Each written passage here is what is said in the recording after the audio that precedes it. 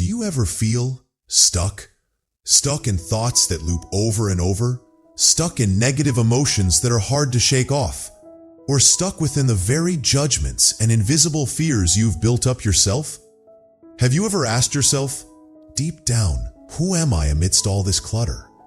Do you long for a more peaceful, free, and meaningful life, yet struggle to know where to begin amidst the hustle and bustle, the pressures and expectations from both outside and within? If you're nodding right now, then today's video is absolutely for you.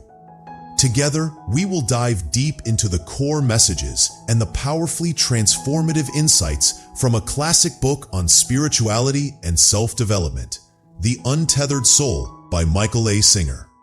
This isn't just a global bestseller translated into countless languages. It's a guiding compass, a teacher leading us to authentic freedom, the freedom found right within our souls. Michael Singer, a man who once walked the highest paths of academia but chose a different direction after a profound inner awakening, has spent over 4 decades contemplating and teaching spirituality. Though discussing profound subjects, his book is written in simple, logical language, even incorporating scientific evidence, making it incredibly accessible and practical for us to engage with. Hi, everyone. Welcome to BookSmart Insights, a channel for sharing knowledge for personal development through good books. So, go ahead and pour yourself a warm cup of tea, find a quiet little corner, and get ready to untether the knots holding your soul back with BookSmart Insights. This journey promises to offer fresh perspectives and valuable tools to live a life worth living, not merely exist. All right, let's begin. Have you noticed, even when focusing on work, driving, or even drifting off to sleep, there's always someone talking non-stop inside your head? Why can't I fall asleep? Oh right, I had coffee this afternoon. That was silly. Gotta wake up early tomorrow too. But how am I supposed to sleep now? I really shouldn't have. Or when driving, that person's driving so slow. The light's green. Why aren't they moving faster? Traffic's awful. I will definitely be late for work again. That voice comments on everything. Judges, worries, plans, reminisces about the past, and paints scenarios for the future. Sometimes, there's even a heated debate. I shouldn't have said that. How embarrassing. Followed by a self-rebuttal. Oh, come on. It's fine. Everyone sometimes misspeaks. Stop beating yourself up. Who is talking? And who is listening? Why are we constantly engaged in this internal monologue or dialogue? Michael Singer explains that this voice often becomes louder when there's pent-up emotional energy inside. Stress, anxiety, fear, restlessness. It tries to do something to process these energies, to help you feel better. Or perhaps it's simply a mechanism of the mind trying to organize and interpret the world around us, accumulate experiences, form beliefs, and most importantly, control. We believe we'll be safe and happy if we can control our thoughts and circumstances. But the book poses a fundamental question. Amidst the countless thoughts, emotions, the roles you play, child, parent, employee, friend, the image you try to project, the experiences you accumulate, the belief systems you adhere to, who are you really? Are you that incessant voice? Are you the fleeting emotions, the joy, the sadness, the anger, the peace? Are you this physical body with its sensations of comfort and pain? Michael Singer presents a truth that might be surprising at first. You are none of those things. Let's try a little experiment right now. Pay attention to the thought currently running through your head. Any thought. Do you notice that there is something that knows you are thinking? Is there an awareness of observing that thought? It's like the sky and the clouds. Thoughts, emotions, and sensations come and go like clouds drifting by. But you, your true essence, are the vast, silent sky, always there, containing and witnessing all the clouds pass without being changed by them. You are the awareness, the observing consciousness, the witness. Eckhart Tolle, another spiritual teacher, says something similar in The Power of Now. You are not your mind. A great liberation begins when you realize you are the observer, not what is being observed. You are no longer identified with negative thoughts or drowned by chaotic emotions. You know they are temporary phenomena happening within you, not who you are. Imagine watching a thrilling movie. You might feel suspense, fear, joy, or sadness along with the characters, but you always know you're the one watching the film, not the character in it. Similarly, you are watching the movie of your life's thoughts and emotions. Realizing yourself as the observer is the first key to untethering, because when you stand in the place of awareness, you have space. You are no longer swept away by the current of the mind. You start to have a choice, the choice not to believe every negative thought, the choice not to act on every impulsive emotion. You begin the journey back to your true nature, which is quiet and expansive. Where do you get the energy to live, love, work, and create? Of course, we need food, water, sleep. But there are more subtle sources of energy we often overlook. Recall the feeling when you were deeply in love. You could stay up all night texting and talking without feeling tired or even more alive than ever. Where did that energy come from? Or when you're inspired by an idea, a project, or a person, you can work tirelessly, forgetting to eat or sleep, filled with incredible enthusiasm. Conversely, think about a time you went through a painful breakup or a crushing failure. You felt drained, devoid of energy, wanting to do nothing. Even the simple act of eating a decent meal felt difficult. Where did the energy seem to disappear? Michael Singer explains that life energy, what Eastern traditions call prana or chi, always flows abundantly within us. It's like a mighty underground river. The problem isn't a lack of energy, but that we often unintentionally or intentionally build dams that block its flow. And the main dam, according to Singer, lies in our heart, understood metaphorically as the center of emotion, love, and connection. The heart is a compelling energy center.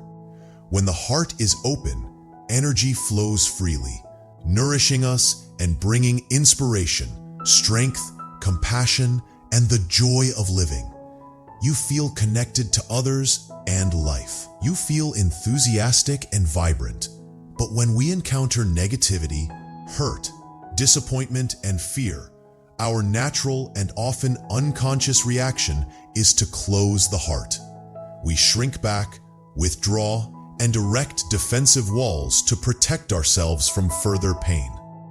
Doing so keeps us safe, but this act of closing, while seemingly self-protective, inadvertently distracts us from our life source.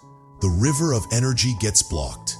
Energy cannot circulate, it gets stuck, accumulating as uncomfortable, heavy emotions.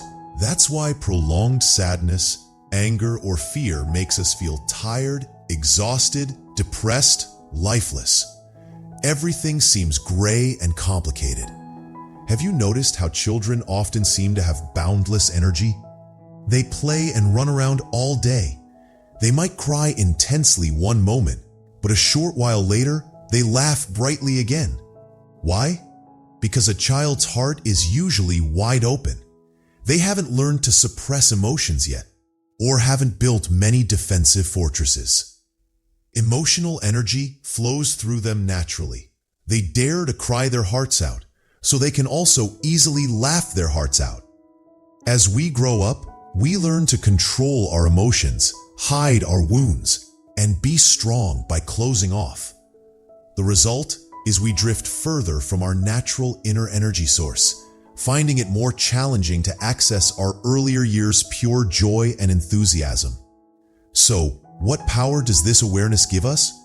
The power of choice. We can learn to keep our hearts open, even when facing difficulties, allowing the life energy to flow freely. But before we explore how, we need to understand more clearly why we tend to close our hearts so often. Closing the heart isn't something we intentionally do to torture ourselves. It often stems from deep-seated psychological mechanisms, defensive reflexes formed over years. Michael Singer points out two main reasons. Reason 1. The ego's defense mechanism. The ego is the collection of beliefs, images, and concepts we construct about ourselves. I am smart. I am kind. I am successful. I never make mistakes. The ego is quite fragile and constantly feels the need to be protected.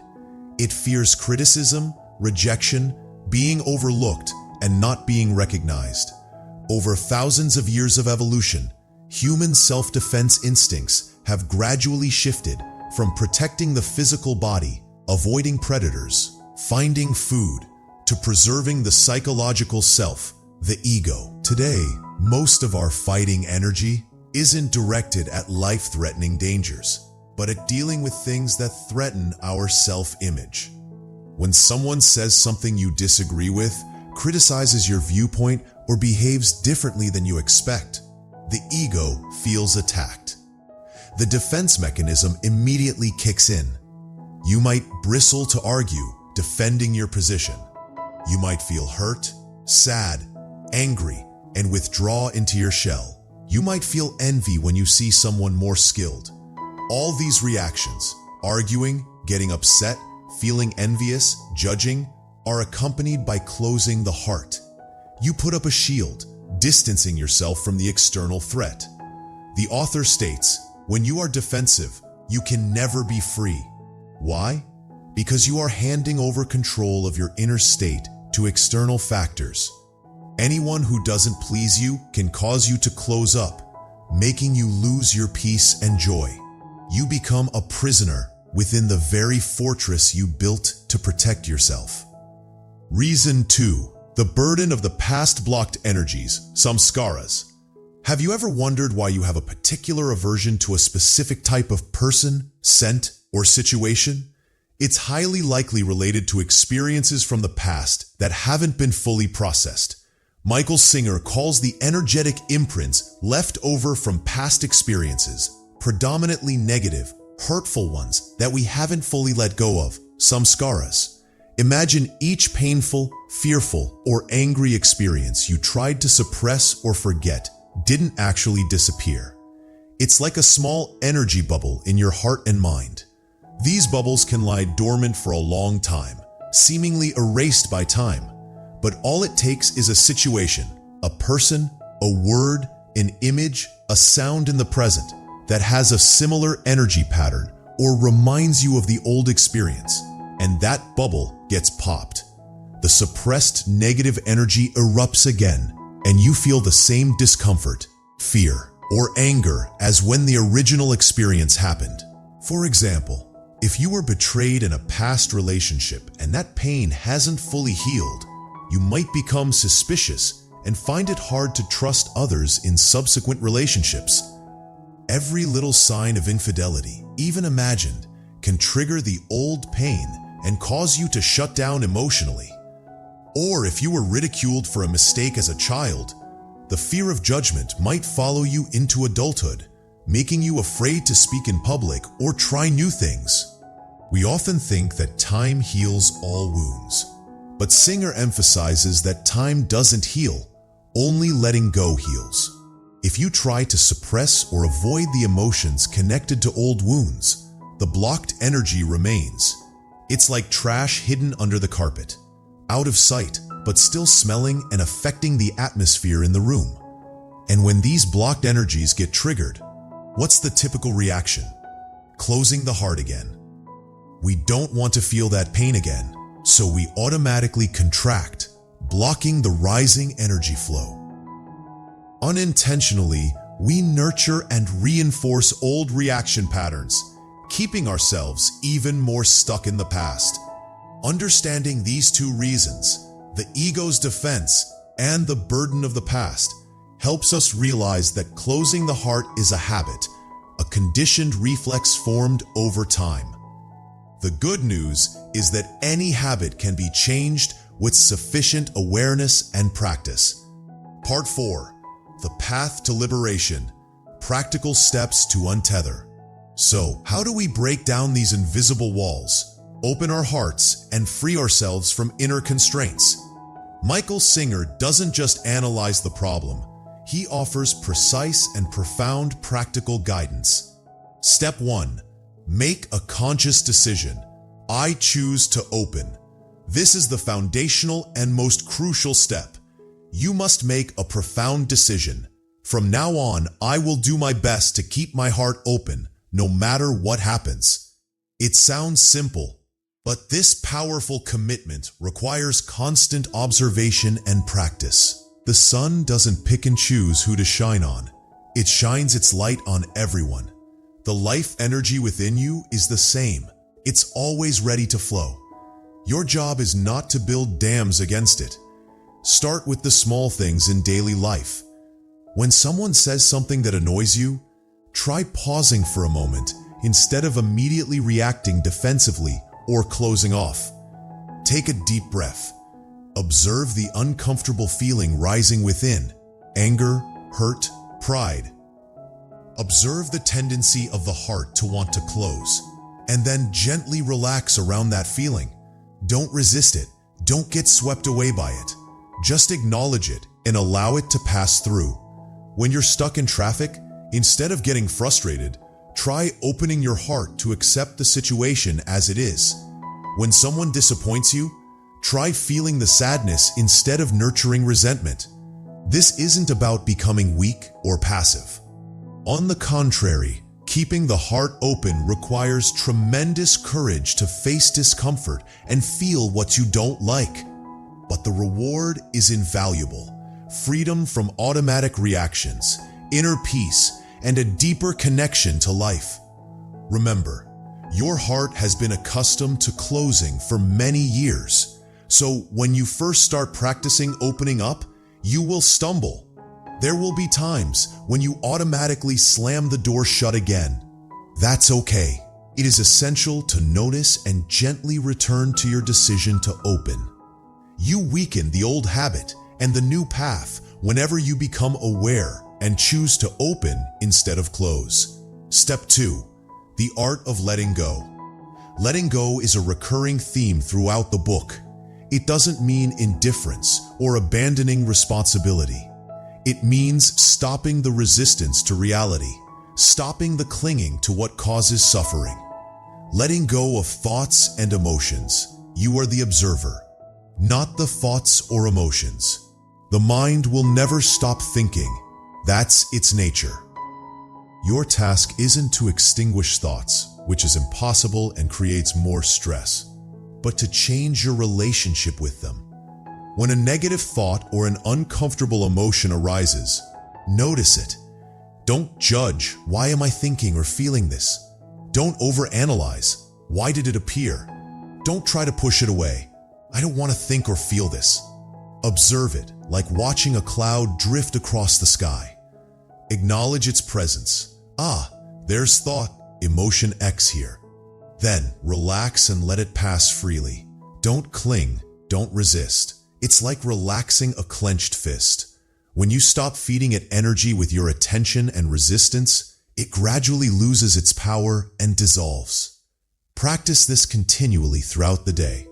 Whenever you realize you're caught up in a stream of thought or emotion, gently step back into the observer position and release your grip, letting go of control. We often try to control everything: work, relationships, health, the future, believing it will bring safety and happiness. But life is inherently uncertain. You want tomorrow to be sunny for your outing, but it rains. You try to please everyone, but someone still dislikes you. You plan meticulously, but things don't go as expected. The more you try to control what is inherently uncontrollable, the more stress, disappointment, and exhaustion you invite. Singer calls this building an inner cage. You think it's safe, but you're actually imprisoning yourself. Letting go of control doesn't mean abandoning your life.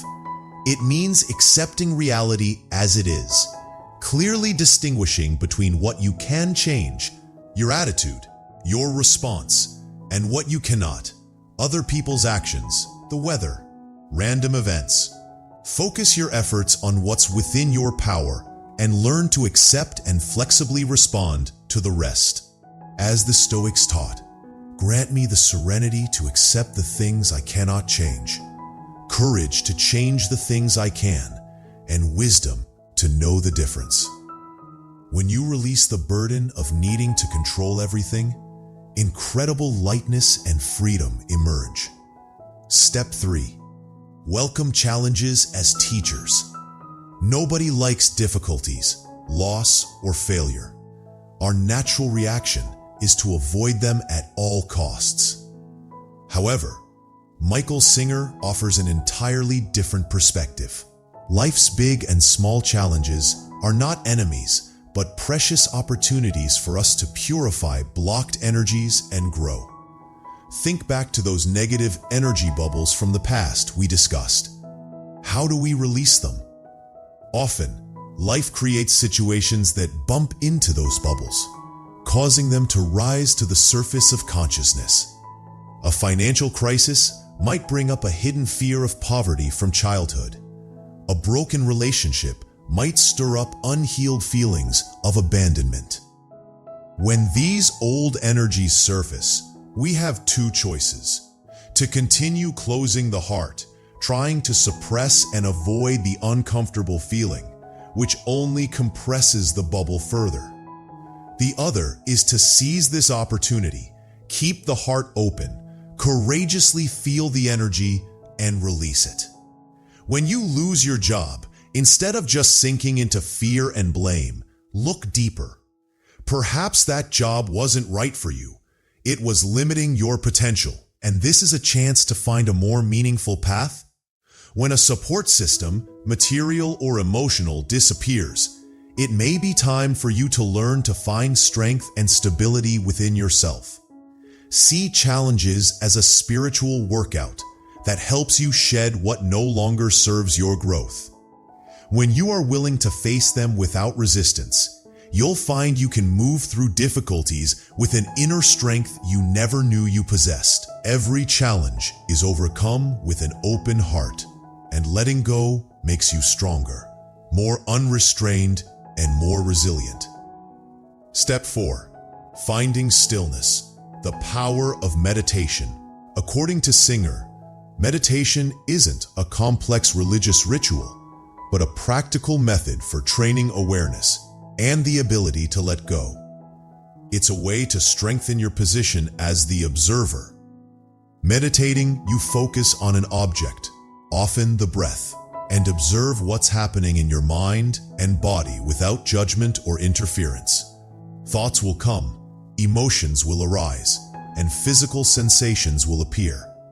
Your job is to notice them and gently return your attention to the object of meditation.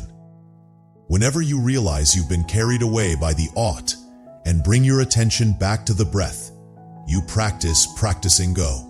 You strengthen the observing consciousness every moment you observe an emotion without it being overwhelmed. Regular meditation helps you enhance awareness, realize you are not your thoughts or emotions, improve concentration, develop calmness and clarity when facing life's storms.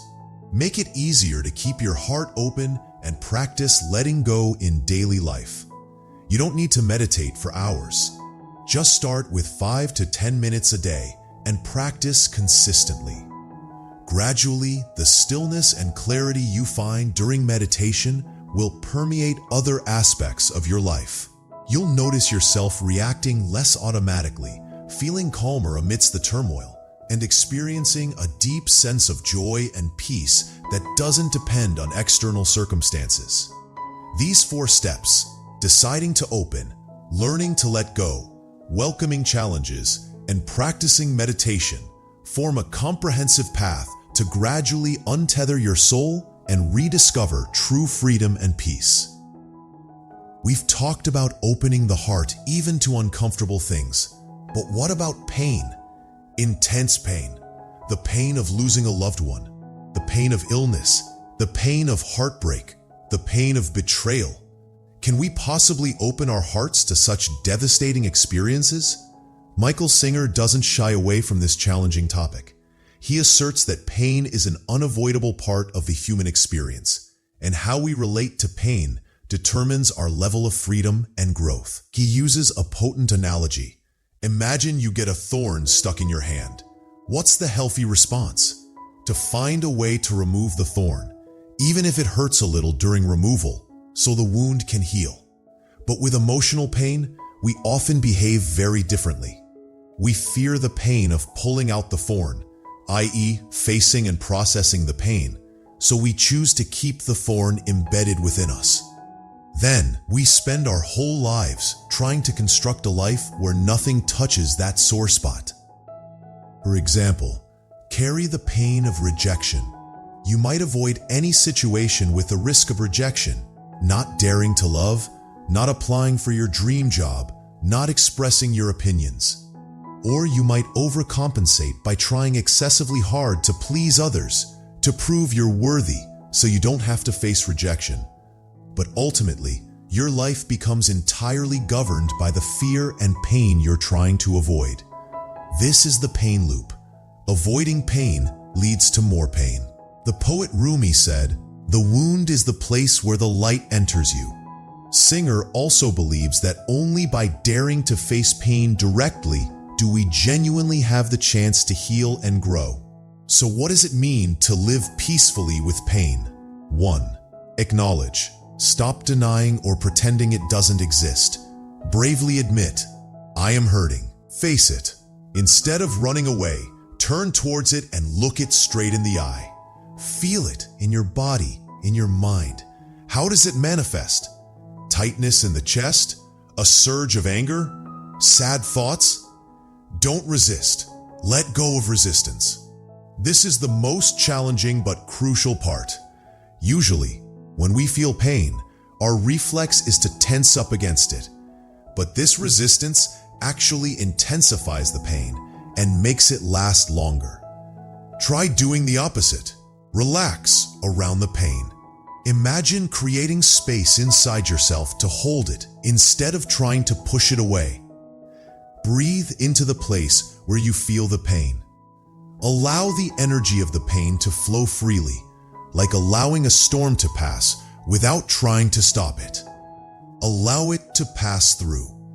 When you stop resisting, the energy of the pain, which was pent up, begins to release. It might feel intense at first, but if you persist in relaxing and allowing it, it will gradually move through you, like water flowing through a previously blocked drain pipe that's now clear. Hurt once, then it's over. The pain passes, leaving you with relief and a more precise heart. This doesn't mean you have to like the pain. It just means you choose not to let the pain and the fear of pain control your life anymore. You learn to walk through it with courage and acceptance.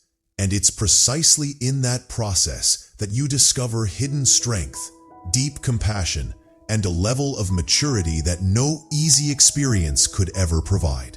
As the philosopher Friedrich Nietzsche said, "That which does not kill us makes us stronger." On the journey of untethering the soul, there is one ultimate truth that Michael Singer invites us to confront directly: the truth of death. We often avoid thinking about death. It seems scary and harmful. But Singer views death as the greatest teacher, the most potent wake-up call helping us realize what truly matters in life. Death reminds us of impermanence. Everything passes: youth, health, beauty, possessions, fame, relationships, and life. Whoever you are, rich or poor, successful or unsuccessful, eventually we all face the same end. Death does not discriminate. Death also reminds us of the finite nature of time. Each day that passes brings us closer to the endpoint. We don't know for sure if we'll wake up tomorrow. Waking up tomorrow morning or the next life, which comes first? It's a question that makes one pause and reflect. So when you bravely face this truth that your time is limited, that you will certainly die on some unknown day, how will you choose to live the rest of your life? Will you still waste precious time on anger, jealousy, and resentment? Will you still postpone saying love to your family, pursuing your passions, and living authentically as yourself? Will you still cling to material possessions, fleeting fame, and goals that become meaningless when faced with death? Will you still allow yourself to get caught up in the trivialities, conflicts, and struggles of daily life, driven by the ego's greed, anger, and ignorance? In his famous Stanford commencement speech, Steve Jobs shared that remembering he would be dead soon was the most important tool he'd ever encountered to help him make the big choices in life, because almost everything, all external expectations, all pride, all fear of embarrassment or failure, these things fall away in the face of death, leaving only what is truly important. Singer points out a paradox. We fear death because we fear losing life. Yet we are wasting life minute by minute by not truly living. We often live in a state of preparing to live. When my children grow up, I'll finally relax and live for myself. When I buy a house, I'll truly be happy. When I retire, I'll travel and do what I love. We set countless conditions before allowing ourselves to be happy and enjoy life. We wait for the storm to pass before daring to dance, forgetting that life is about learning to dance in the rain. Life is happening right here, right now, in every breath, every moment.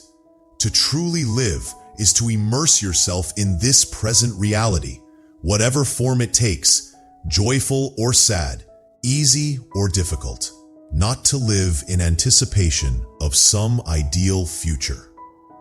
Death doesn't come to take your life away. It comes to remind you to live more fully right now. Cherish every moment, every relationship, every experience. Love with all your heart, forgive quickly, and pursue what makes your heart sing. Live in such a way that when you look back, you have no regrets about not truly living. As the Roman emperor and Stoic philosopher Marcus Aurelius wrote, "Waste no more time arguing about what a good man should be. Be for one, and perhaps adaptively, don't live as though you have 1,000 years. Death hangs over you. Be good while you live, while it is in your power." When you genuinely absorb the lesson from death, the fear of it dissolves. In its place comes deep gratitude for the gift of life and a powerful urge to live each day as meaningfully and comprehensively as possible. From realizing our true nature as silent awareness to learning how to keep the heart open to receive the flow of life energy. From the art of letting go of unnecessary thoughts, emotions, and control to viewing challenges and pain as guiding teachers. And finally, learning to live fully in each moment, illuminated by the truth of death. The journey of untethering yourself from inner constraints isn't an overnight revolution. It's a continuous process of practice requiring patience, courage, and self-compassion. There will be times when you feel you're making progress and you seem to slide back. Don't be discouraged. Every small step, every moment you choose, awareness over reaction, openness over the closing, letting go over clinging, is a victory. This book doesn't promise a life free from difficulties or suffering, but it gives you the key to finding peace, freedom, and joy amidst life's storms. It helps you realize that true happiness doesn't depend on external circumstances. It's an inner state resulting from living in harmony with your true nature and the natural flow of life. The insights shared in today's BookSmart Insights video have given you new perspectives, inspiration, and valuable tools to begin or continue your journey of self-discovery and liberation. If possible, I highly encourage you to read The Untethered Soul directly to experience more deeply the wisdom and detailed guidance of Michael Singer. And of course, if you find the content shared by BookSmart Insights helpful and meaningful, please don't forget to hit that subscribe button right here on YouTube. Every subscription, every like, and every comment you leave is a tremendous motivation for me to continue creating high-quality videos, bringing more value from the vast world of books. Please share this video with anyone you believe might also need these messages. Once again, thank you so much for listening and being a part of the BookSmart Insights community. May you always find peace and freedom on your path. Goodbye for now, and I look forward to connecting with you in the following videos.